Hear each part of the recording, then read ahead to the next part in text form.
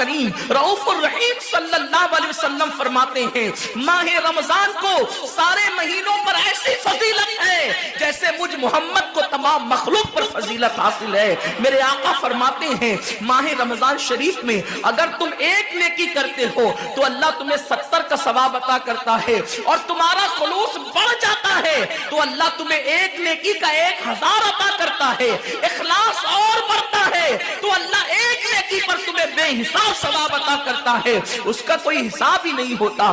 آقا کریم رؤوف الرحیم صلی اللہ علیہ وسلم فرماتے ہیں یہ ماہ رمضان کیا ہے؟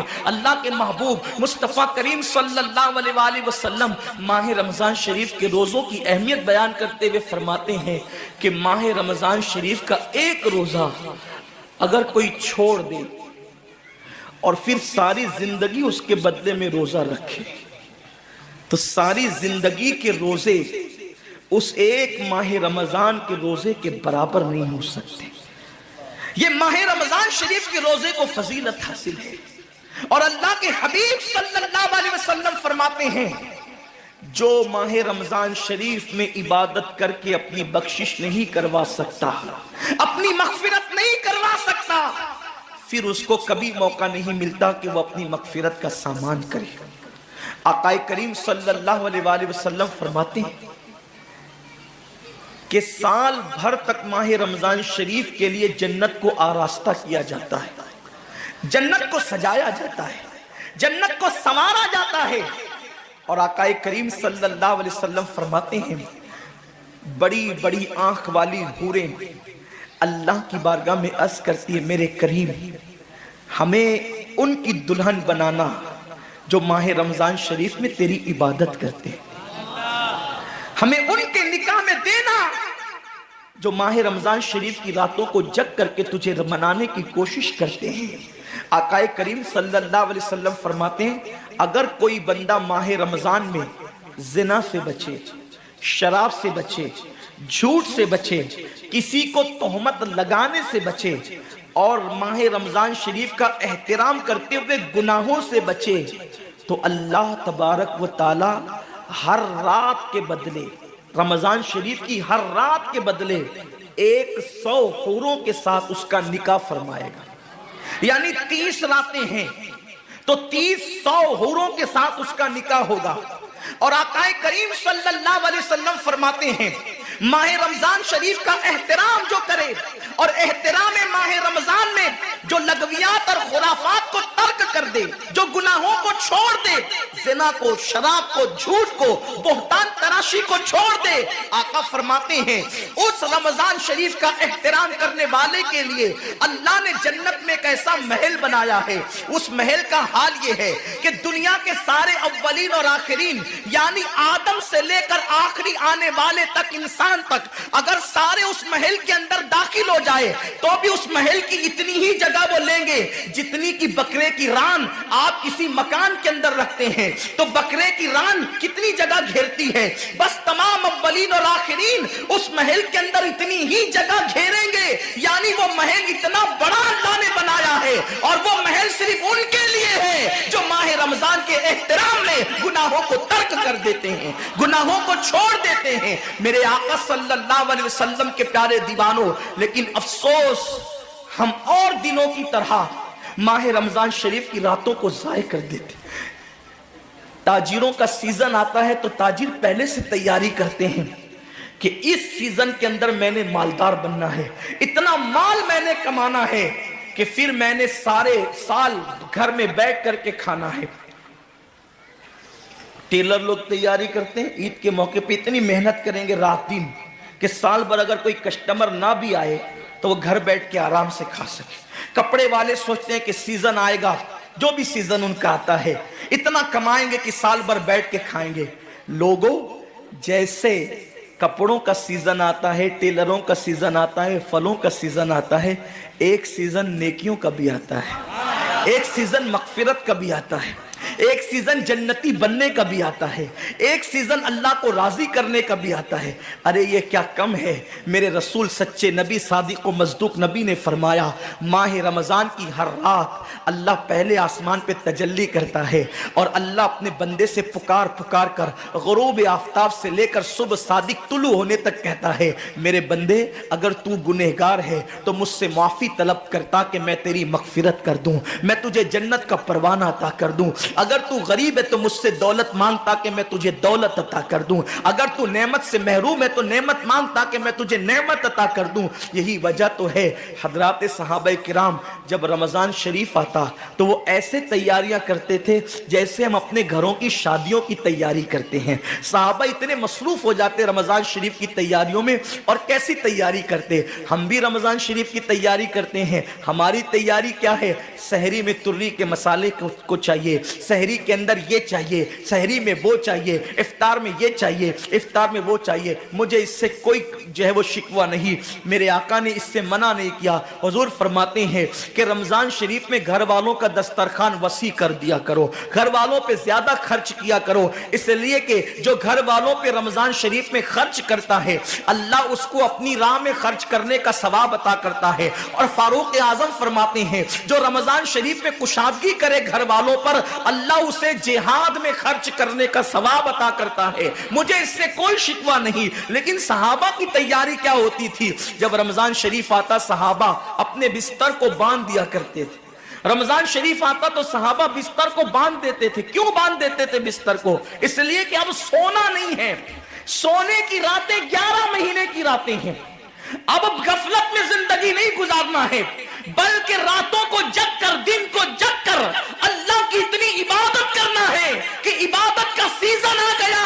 اس لیے کہ اللہ کے رسول فرماتے ہیں جس نے رمضان شریف پایا اور عبادت کر کے اللہ کو راضی نہیں کر لیا ایسا بندہ ہمیشہ اللہ کی رحمت سے دور کر دیا جائے۔ اس لیے صحابہ رمضان شریف کی تیاری کرتے تھے، بستر باندھ دیتے تھے، اور اپنا معمول کیا ہے؟ جو فجر میں سوئیں گے تو وہ عصر میں اٹھیں گے، رات بھر جاگیں گے کرکٹ کھیلتے ہوئے، رات بھر جاگیں گے گلیوں میں گھومتے ہوئے۔ میرے آقا صلی اللہ علیہ وسلم کے دیوانوں، بہت قیمتی وقت آ رہا ہے، بہت قیمتی مہینہ آ رہا ہے۔ یہ وہ مہینہ ہے جو جہنمیوں کو جنتی بناتا ہے۔ آقا کریم صلی اللہ علیہ وسلم فرماتے ہیں ہر افطار کے وقت اللہ 60,000 ایسے جہنمیوں کو جہنم سے آزاد کر کے جنتی بناتا ہے جن کا جہنمی ہونا واجب ہو گیا تھا۔ اور ایک مقام پہ فرماتے 5 لاکھ جہنمیوں کو ہر افطار کے وقت جہنم سے آزاد کیا جاتا ہے۔ اور اسی پہ بس نہیں، حضور فرماتے ہیں جب شب جمعہ آتی ہے ماہ رمضان کی، جمعرات کا سورج غروب ہوتا ہے، تو جمعہ کا سورج غروب ہونے سے پہلے پہلے تک ہر سیکنڈ میں 5 لاکھ جہنمیوں کو جہنم سے آزاد کیا جاتا ہے۔ اور جب جمعہ کا آخری وقت آتا ہے، آخری ساعت آتی ہے، میرے کریم آقا فرماتے ہیں جمعرات کا سورج غروب ہونے سے لے کر جمعہ کا سورج غروب ہونے تک ہر لمحے میں جو 5 لاکھ کو آزاد کیا گیا تھا، اب آخری سیکنڈ میں جو غروب کا وقت ہوتا ہے جتنے آزاد کیے گئے تھے اتنوں کی تعداد کے برابر اس آخری ساعت کے اندر اللہ اپنے جہنمی بندوں کو جہنم سے آزاد کر دیتا ہے۔ کتنا قیمتی وقت ہوتا ہے، افطار کا وقت کتنا قیمتی ہے، سحری کا وقت کتنا قیمتی ہے، لیکن اس وقت بھی ہم کہاں لگے ہوتے ہیں۔ اب تو لوگوں نے ٹی وی چینلوں پر پروگرامات شروع کر دیے، دینی پروگرامات۔ مجھے دینی پروگرامات اگر ٹی وی پہ نشر ہوتے ہیں تو اس سے کوئی اختلاف نہیں ہے، لیکن آپ سے یہ عرض کرنا چاہتا ہوں کہ دین سیکھنے کا بھی کوئی وقت ہوتا ہے۔ اگر آپ سحری کے قیمتی لمحات میں ٹی وی کا منہ پکڑ کر بیٹھے ہیں تو آپ دعا کب کریں گے؟ افطار کے وقت آپ واٹس ایپ پر لگے ہیں تو اللہ سے مانگیں گے کب؟ ساری زندگی سسکیاں لے رہے ہو، ساری زندگی تڑپ رہے ہو، اور جب مانگنے کا وقت آتا ہے، مصیبتوں سے نجات طلب کرنے کا وقت آتا ہے، ہم کہاں ٹائم ضائع کرتے ہیں۔